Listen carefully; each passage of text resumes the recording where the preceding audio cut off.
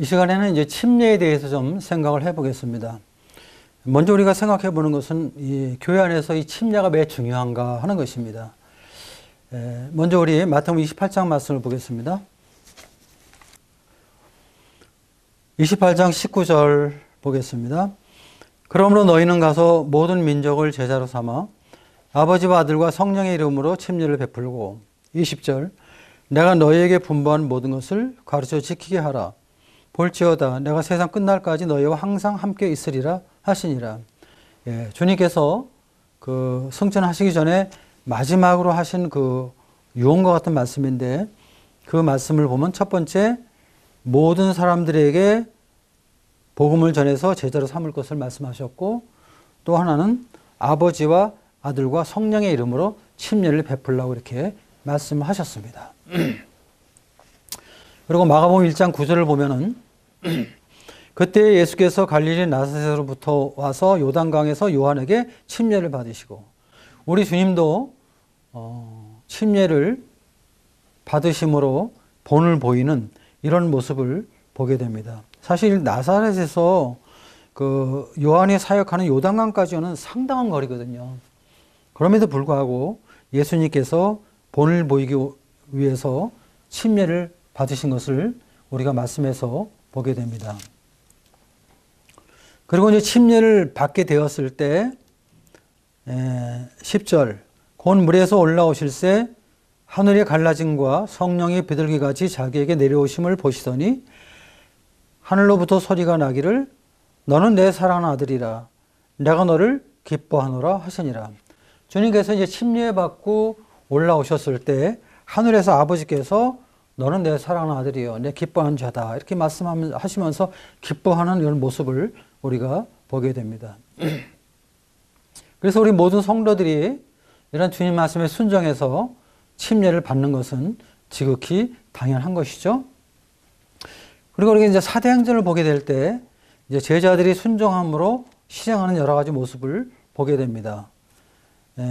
우리가 이 사도행전 2장에 보게 되면은 오순절날 베드로가 복음을 통해서 3,000명이 구원받게 되었을 때 모든 사람이 침례에 순종하는 이런 모습을 보게 됩니다. 또 사도행전 8장에도 에디오피아 내시가 이제 그 예루살렘에서 예배를 드리고 돌아가게 될 때 광야로 예수님께서 빌립을 보내셔서 이제 복음을 전하게 하시죠. 이 내시가 이사야서 말씀을 읽고 있는데 무슨 말씀이 잘 모르는 거예요. 근데 이제 빌립이 그 이사야 53장 말씀을 통해서 복음을 전하고 이제 이 내시가 구원받게 되었을 때 바로 침례받는 이런 모습을 우리가 보게 됩니다. 또 사도행전 10장을 보면은 이제 이 고넬료 가정이 요바에 있는 베드로를 초청해서 복음을 듣게 되고 그리고 이제 복음을 들을 때 성령이 내려오셔서 그들을 구원하시는 이런 모습을 보게 되는데 그러고 나서 이제 고넬료 가족이 다 침례를 받는 이런 모습을 우리가 보게 됩니다.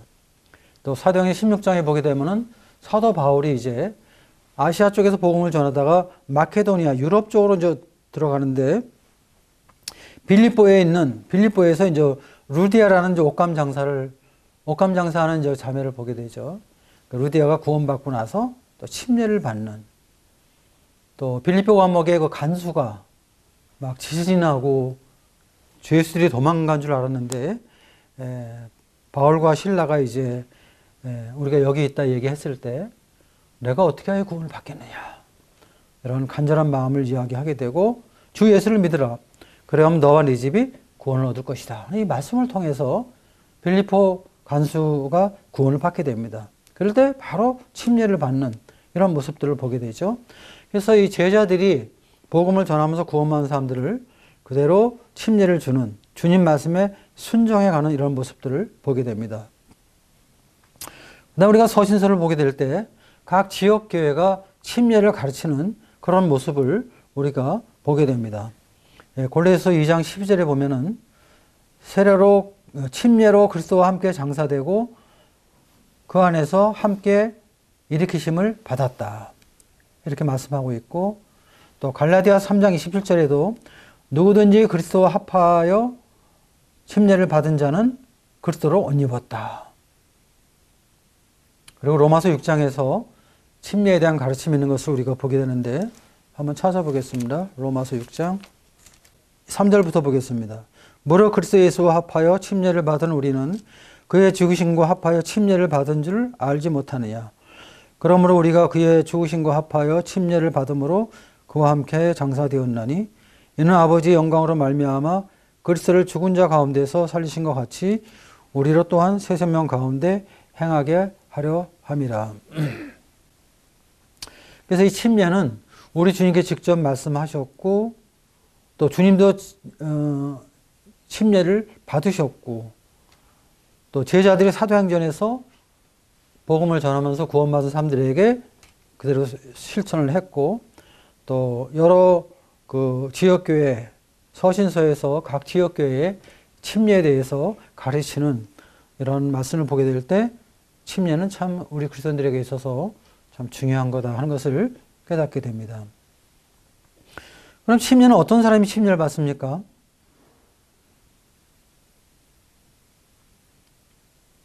예수님을 믿음으로 구원을 받은 사람들이 침례를 받게 되는 것이죠. 우리 사도행전 8장을 보겠습니다.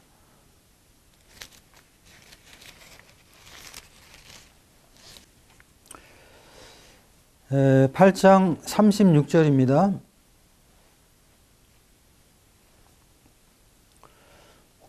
길 가다가 물이 있는 곳에 이르러 그 내시가 말하되 보라 물이 있으니 내가 침례를 받으면 무슨 거리낌이 있느냐.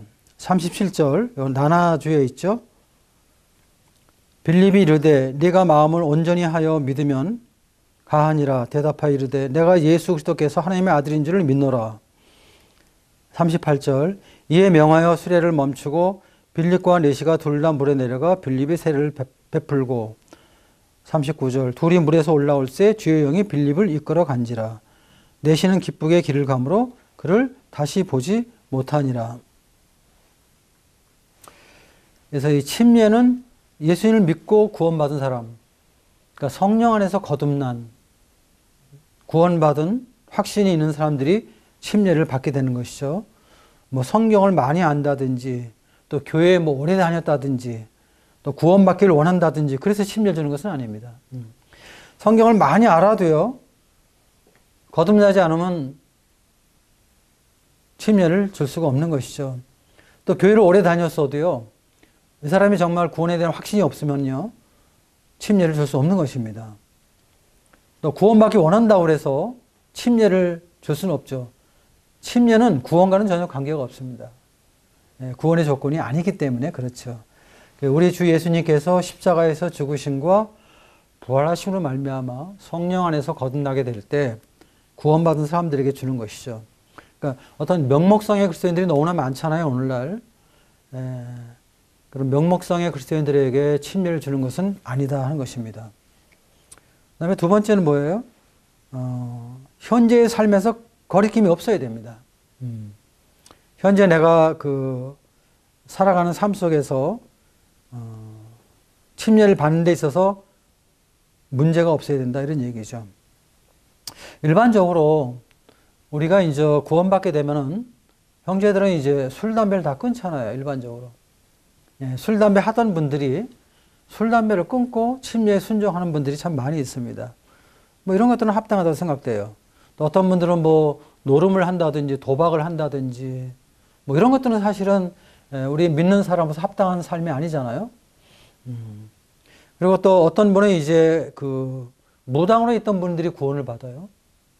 또 어떤 우상을 믿던 분들이 구원을 받는데 자기가 믿던 우상을 다 불어 태우고 또 이렇게 부수는, 그러고 나서 침례를 받는 이런 분들도 있습니다. 이런 것들은 우리가 주님을 믿고 주님을 섬기는 삶 속에서 거리낌이 있기 때문에 그런 것들을 버린 후에 우리가 침례를 받는 것이죠. 그 다음에 실제적으로 순종하기를 원하는 사람. 우리가 주님 앞에서 침례를 받는다는 것은 과거에는 내가 사단의 종으로서 사단의 노예로 살아왔지만은 이제부터는 나를 구원하신 주님을 믿고 그분의 말씀에 순종하기를 소원해서 침례를 받는 것입니다. 단순하게 그냥 어떤 의식, 예식으로 받는 것은 아니에요. 사실 우리가 구원받았다는 것은 무엇입니까? 구원받기 주인이 누구예요? 나잖아요. 내가 구원받기 전에는 우리가 주인이었어요. 내가 주인이었어요. 내 영광을 위해서, 내 유익을 위해서 우리가 살아온 사람들이죠. 그렇죠? 근데 사실은 나라기보다 나를 뒤에서 조종하고 있는 사탄이 사실은 나의 주인이었죠. 근데 어느 날 우리가 그리스도의 복음을 두고 구원을 받게 됩니다. 그랬을 때 깨닫게 되는 것이 뭡니까? 주님이 나의 목자시구나. 예수님이 나의 참된 주님이시구나 하는 것을 마음 가운데 깨닫게 되죠. 그래서 우리가 구원받았다는 것은요, 단순하게 죄사함 받은 것으로 끝나는 것이 아니라 주인을 바꿨다는 거예요. 과거엔 내가 주인이었어요. 나를 조종했던 사탄이 내 주인이었어요. 근데 우리가 예수님을 믿음으로 말미암아 예수 그리스도가 나의 목자가 되시고 나의 주님이 되시는 거예요. 그래서 우리가 침례를 받는 것은, 구원받고 침례를 받는 것은 바로 나의 목자 되시고 나의 주가 되시는 예수 그리스도, 그분 앞에 순종하기를 소원해서 우리가 침례를 받는 것입니다. 이제부터 내가 주님 말씀에 순종하겠습니다 하고 주님과 약속하는 거란 말이에요. 그래서 그리스도인들이 침례를 받는 것은 대단히 중요한 것이죠. 그럼 침례는 어떻게 주느냐? 요즘 이제 기독교 안에서는 이제 이렇게 세례를 많이 주잖아요. 머리에 이렇게 뭐 뿌리는 그런 것을 하는데, 근데 사실 성경에 보게 될 때 성경에서 나타난 침례는 다 물속에 잠기는 것입니다. 그래서 세례라는 말보다는 침례라는 말이 더 맞는 것이죠. 우리가 원어를 보게 될 때 헬라어로 밥티스마라고 하는데, 밥티스마는 잠긴다, 가라앉다 그런 뜻이 있습니다. 그리고 이제 예수님도 침례 요한에게 침례를 받을 때 물속에서 침례를 받으셨죠. 그래서 물에서 올라왔다 이렇게 성경은 기록을 하고 있고, 지금 여기 사도행전 8장에도 38절 보니까 이에 명하여 수레를 멈추고 빌립과 레시가 둘 다 물에 내려가 빌립이 세례를 베풀고 침례를 베풀고, 그렇죠? 예. 둘 다 물에 내려가잖아요. 둘 다. 그리고 39절 보니까 둘이 물에서 올라올세 주의 영이 빌립을 이끌어 간지라. 침례는 물에 잠겨야 되는 것이죠. 예. 침례를 주는 사람도 물속에 있고 침례를 받는 사람도 물속에 잠기는 것을 우리가 보게 됩니다. 그럼 이 침례는 이제 이런 예식을 갖고 있는데, 그럼 이 예식이 나타나는 그 본질이 무엇일까 하는 것입니다. 침례의 본질에 대해서 좀 생각해 보겠습니다. 베드로전서 3장을 보겠습니다. 3장 21절 22절입니다. 물은 예수 그리스도께서 부활하심으로 말미암아 이제 너희를 구원하는 편이 곧 침례라. 이는 육체의 더러운 것을 제하여 버림이 아니요 하나님을 향한 선한 양심의 강군이라. 그는 하늘에 오르사 하나님 우편에 계시니 천사들과 권세들과 능력들이 그에게 복종하느니라.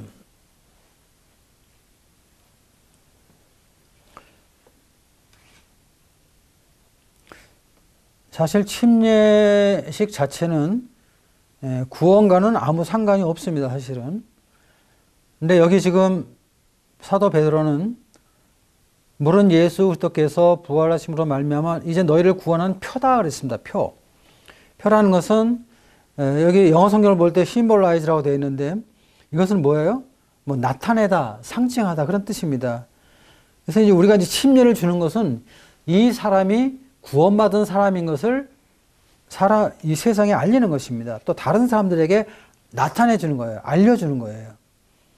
그래서 이제 구원하는 표다 이렇게 베드로는 지금 말하고 있습니다.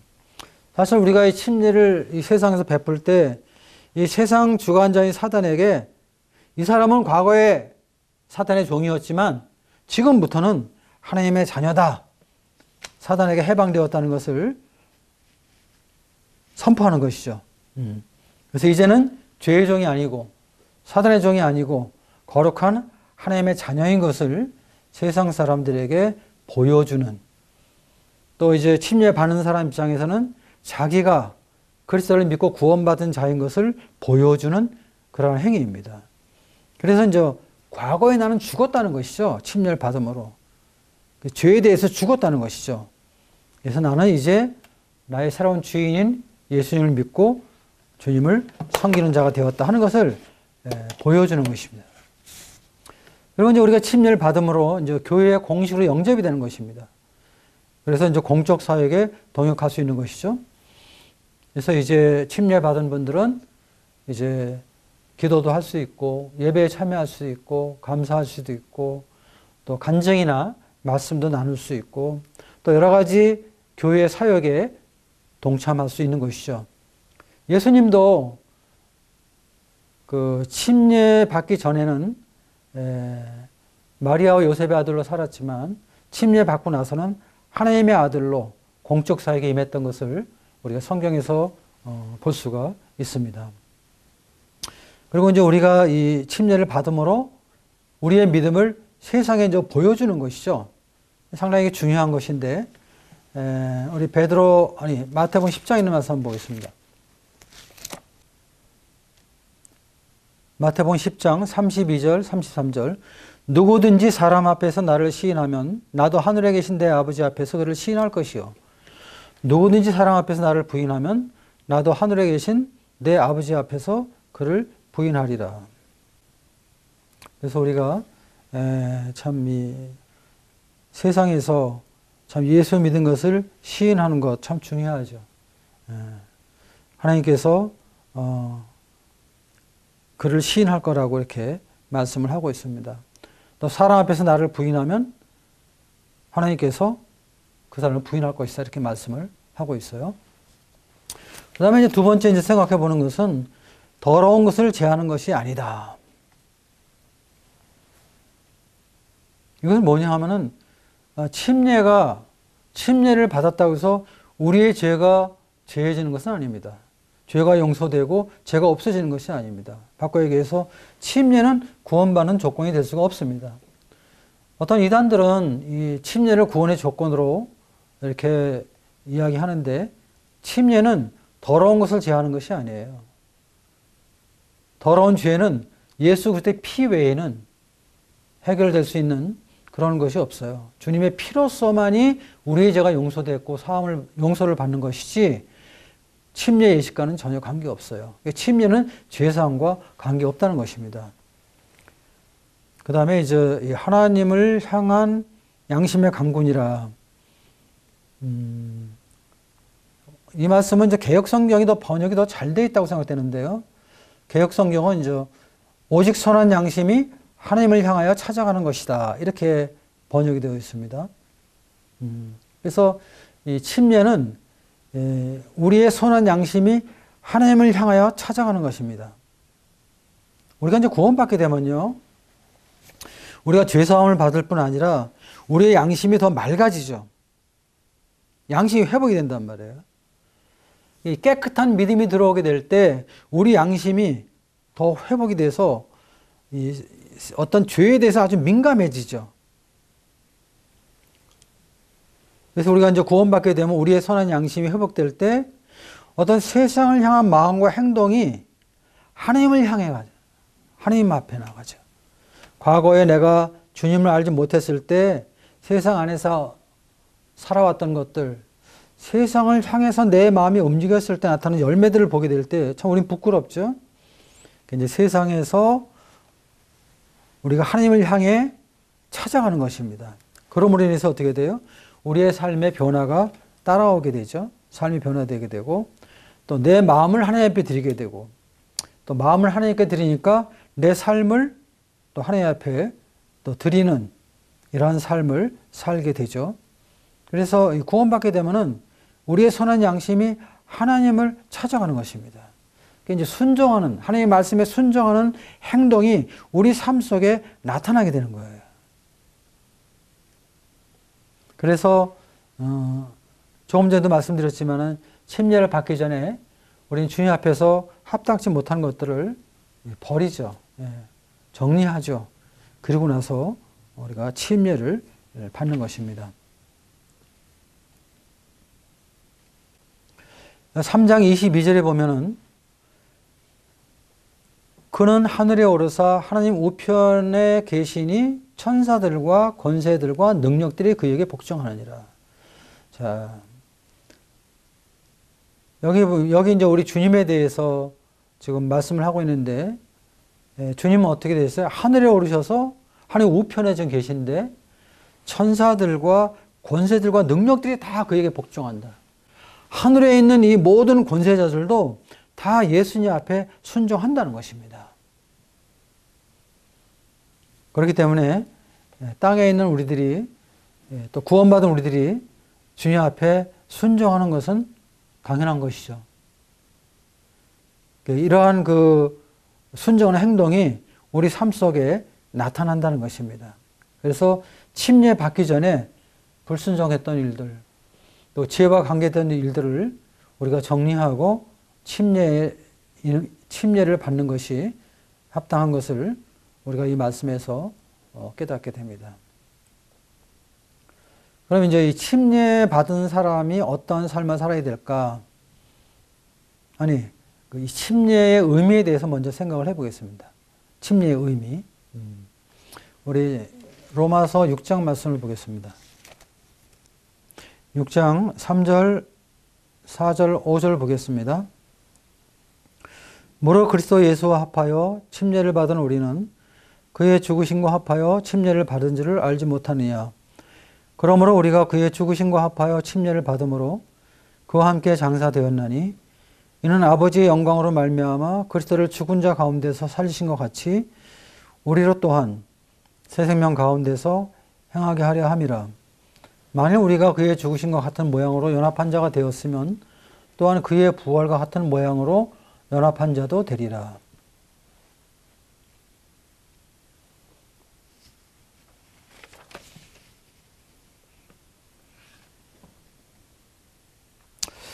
이 침례의 의미에서 우리가 가장 먼저 생각해 보는 것은 그리스도와 연합됐다는 것입니다. 그리스도와 연합됐다. 3절에 보니까 그리스도 예수와 합하여 그리스도와 연합됐다는 것인데, 연합이라는 뭡니까? 그리스도와 내가, 구원받은 내가 하나가 되었다 하는 그런 뜻입니다. 하나가 되었다. 그래서 주님의 죽으심은 나의 죽음이 되는 것입니다. 하나가 되었기 때문에. 그래서 그리스도가 장사됐다는 것은 나 자신이 장사됐다는 것을 의미하는 것이고, 그리스도가 부활한다는 것은 또 내 자신이 부활할 수 있다는 것을 상징적으로 보여주고 있는 것이죠. 상징적으로. 그래서 이제 그리스도와 연합됐다는 것은 그리스도와 내가 동일시 됐다. 똑같이 하나님이 보신다는 것입니다. 그러니까 우리가 이제 우리의 구원이 참 영원하고 완전한 것은요, 우리가 받은 거룩, 우리가 받은 의는 그리스도의 의와 그리스도가 가지고 있는 거룩과 똑같은 의, 똑같은 거룩을 가졌다는 것입니다. 이것이 그리스도 연합의 아주 중요한 원리예요. 그래서 우리가 받은 구원은 절대 흔들지 않습니다. 영원한 것입니다. 왜? 그리스도와 연합됐기 때문에. 자, 오늘 이 연합의 원리를 깨닫게 됐을 때 참 마음속에 아주 참 놀라운 기쁨과 큰 힘이 있었던 것을 제가 기억하는데, 그리스도의 의와 지금 나에게 얻어진 덧입혀진 의가 동일하다. 그리스도의 거룩과 나에게 덧입혀진 그리스도의 거룩이 동일하다. 놀라운 것입니다. 하나님이 우리를 보실 때 그리스도의 의가 더 크고 우리 의가 작은 그런 차등적인 것이 아니라, 하나님이 그리스도를 통해 우리를 보실 때 그리스도와 똑같은 의로운 자를 보신다는 것입니다. 그리스도와 똑같은 거룩한 자를 보신다는 것입니다. 이것이 바로 그리스도의 연합이 주는 그런 그 원리거든요. 참 이 말씀을 깨닫게 됐을 때 아주 그냥 굉장히 큰 힘이 되었죠.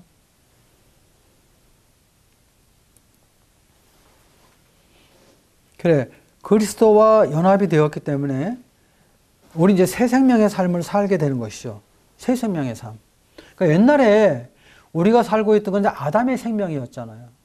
이제 구원받게 되었을 때 우리는 아담의 생명이 뭐 개선돼 가지고 뭐 노력해서 자꾸 이렇게 선한 사람이 되는 게 아니라 아예 그걸 무시해 버리고 새 생명, 예수님 생명이 우리 안에 들어왔다는 거예요.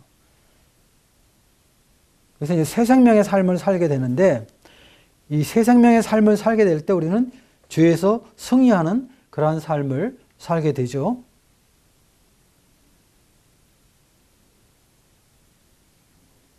그럼 어떻게 우리가 이 그리스도와 연합된 삶을 우리의 삶 속에 적용할 수 있을까요? 사도 바울은 로마서 6장에서 우리에게 아주 자세하게 말씀을 하고 있습니다. 첫 번째, 로마서 6장 6절입니다. 우리가 알거니와 우리의 옛사람이 예수와 함께 십자가에 못 박힌 것은 죄의 몸이 주고 다시는 우리가 죄에게 종로로 타지 아니하려 함이니. 우리가 참 주님 안에서 제일 먼저 깨달아야 될 것은 무엇입니까? 옛사람이 예수님과 함께 십자가에 죽었다는 것입니다. 네. 죽었다는 것입니다. 그러니까 우리가 죽으려고 애쓰는 게 아니라 이미 죽었다는 것입니다.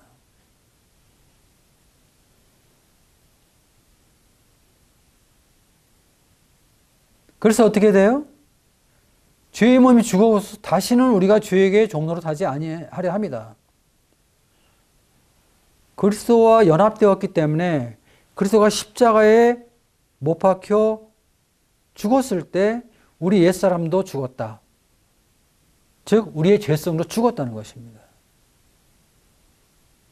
그렇기 때문에 우리는 다시는 죄의 종로로 타지 않는다. 그러니까 죄가 우리를 주관하지 않는다 그런 얘기예요. 그러니까 우리가 죄를 완전히 안 짓는다 그런 것이 아니라 과거에는 죄가 우리를 주관하기 때문에 우리가 죄의 종이기 때문에 죄에서 벗어날 수가 없어요. 근데 그 죄의 몸이 주님과 함께 연합되어서 죽었단 말이에요. 그럼 현재 나는 새 생명 가운데 하나님의 자녀로서 새 생명을 가지고 있단 말이에요. 그러니까 내가 가지고 있는 이 새 생명은 내 옛 성품과 관계가 없단 말이에요. 분리가 됐단 말이에요. 그래서 옛 성품이 나를 지배할 수가 없는 것입니다. 여기 보니까 죄의 몸이 죽었다 그랬잖아요. 죽었다. 죽었다는 것은 뭐냐? 죄가 없다는 것이 아니에요. 죄의 세력이 거의 활동하지 못한다. 그런 뜻입니다.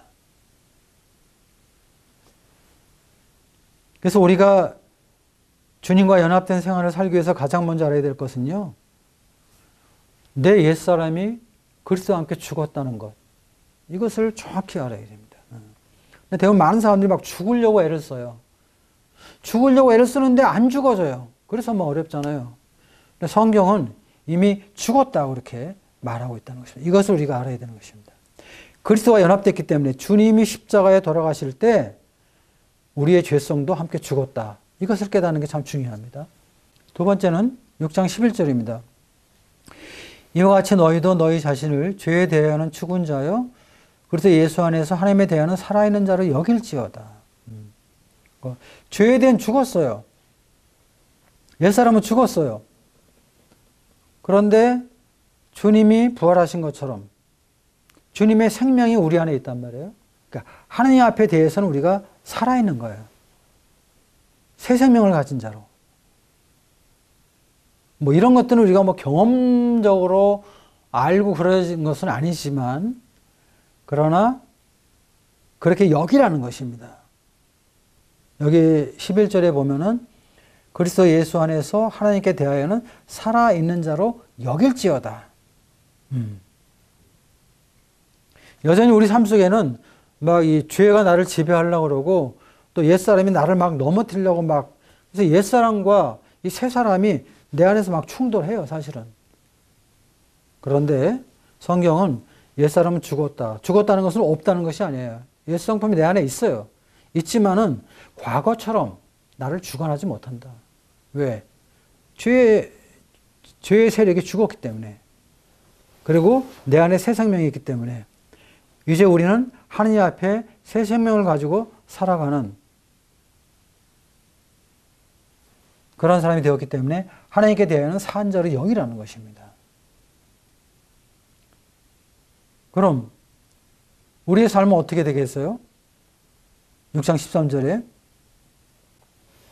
12절 그러므로 너희는 죄가 너희 죽을 몸을 지배하지 못하게 하여 몸의 사욕에 순종하지 말고 또한 너희 지체를 불의의 무기로 죄에게 내주지 말고 오직 너희 자신을 죽은 자 가운데서 다시 살아난 자 같이 하나님께 드리며 너희 지체를 의의 무기로 하나님께 드리라.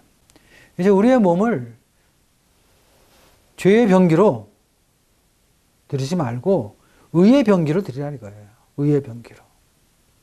하나님 앞에 드리라. 그러니까 우리의 삶 속에서 죄가 우리 몸을 지배하지 못하도록 우리 어떤 몸의 욕심, 정욕에 순종하지 말고 우리 자신의 삶을 주님 앞에 드리는 자가 되라. 이렇게 말하고 있는 것입니다.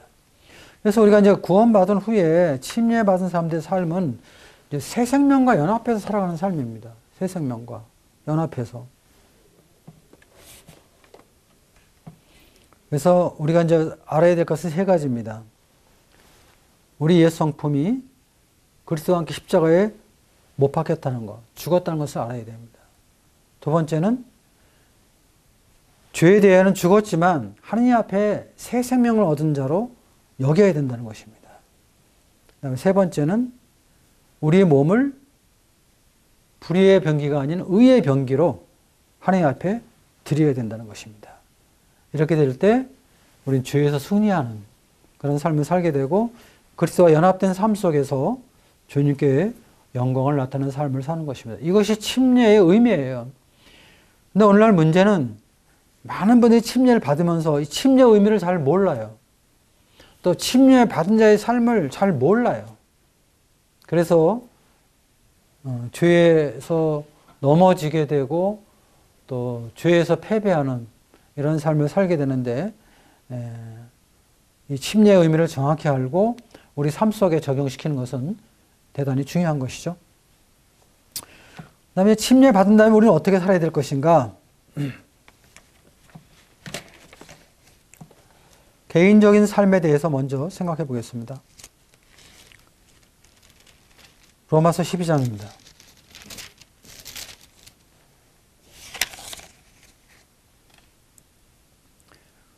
1절, 2절입니다.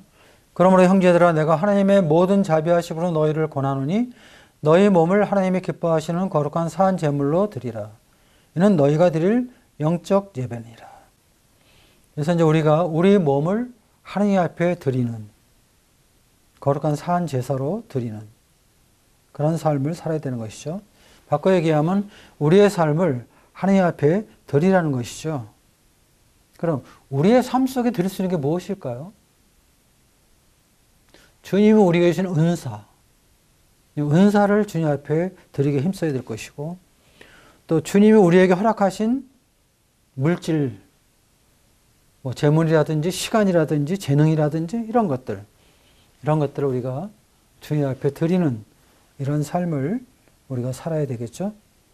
그 다음에 2절 너희는 이 세대를 본받지 말고 오직 마음을 새롭게 함으로 변화를 받아 하나님의 선하시고 기뻐하시고 온전하신 뜻이 무엇인지 분별하도록 하라. 그런 삶을 살기 위해서 우리가 어떻게 돼요? 이 세대를 본받지 말라는 것이죠. 그리고 마음을 새롭게 함으로 변화를 받아서 하나님의 뜻이 무엇인지 분별하도록 하라. 그러니까 하나님의 뜻을 분별하고 사는 삶, 거룩한 삶, 구별된 삶, 성별된 삶, 이것이 바로 그리스도인의 삶의 특징이죠. 우리가 구원받고 나서 구원받지 않은 사람하고 똑같이 살 수는 없잖아요. 세상에서 하나님께서 우리를 불러주셨는데 다시 세상에 들어가서 세상 사람과 똑같이 살 수는 없는 것입니다. 우리가 구별됐다는 것은 하나님이 우리를 사용하시겠다는 것이거든요. 그래서 이 세대를 본받지 말고 우리의 마음을 새롭게 함으로 하나님의 온전한 뜻이 무엇인지 분별을 하면서 주님을 섬겨야 된다는 것이죠. 그 다음에 이제 교회 생활에 대해서 생각해 보겠습니다. 교회 생활.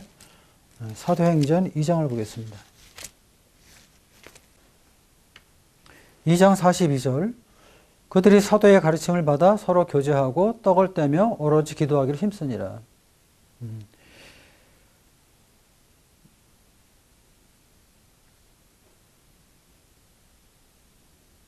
그 다음에 44절부터 보겠습니다. 믿는 사람이 다 함께 있어 모든 물건을 서로 통용하고 또 재산과 소유를 팔아 각 사람의 필요를 따라 나눠주며 날마다 마음을 같이하여 성전에 모이기를 힘쓰고 집에서 떡을 떼며 기쁨과 순전한 마음으로 음식을 먹고 하나님을 찬미하며 온 백성에게 칭송을 받으니 주께서 구원받는 사람을 날마다 더하게 하시니라.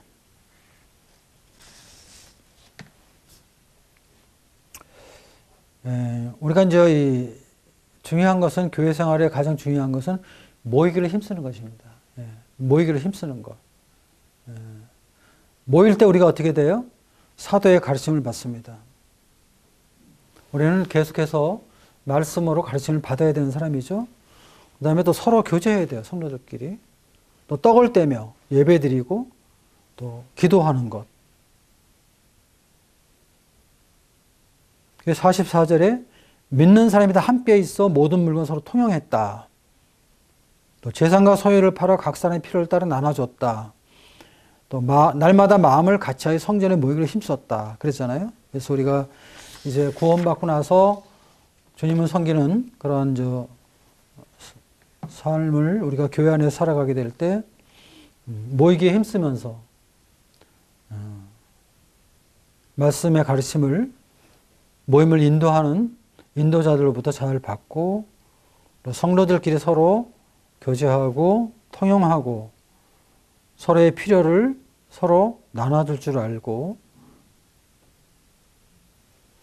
그리고 떡을 떼고 기도에 힘쓰는 이러한 삶이 정상적인 그리스도인의 교회 생활이 되는 것이죠. 마지막으로 한 말씀만 더 보겠습니다. 갈라디아서 2장 20절입니다.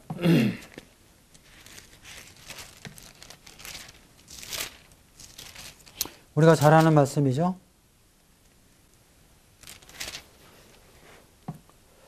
내가 그리스도와 함께 십자가에 못 박혔나니 그런즉 이제는 내가 사는 것이 아니요 오직 내 안에 그리스도께서 사시는 것이라. 이제 내가 육체 가운데 사는 것은 나를 사랑하사 나를 위하여 자기 자신을 버리신 하나님의 아들을 믿는 믿음 안에서 사는 것이라. 사도 바울의 고백인데 이것은 정말 침례받은 모든 성도들이 하나님 앞에 행해야 되는 동일한 고백이라고 생각이 됩니다. 사도 바울은 갈라디아서 6장 14절에서 그런 고백을 합니다. 내게는 우리 주 그리스도 예수 십자가 외에 결코 자랑할 것이 없다. 왜냐하면 그리스도로 말미암아 세상이 나에 대해서 십자가에 못 박히고 내가 또 세상에 대하여 그러하니라. 이런 고백을 했습니다. 우리가 이런 동일한 고백을 하면서 주님을 섬기는 저와 여러분 되기를 바랍니다.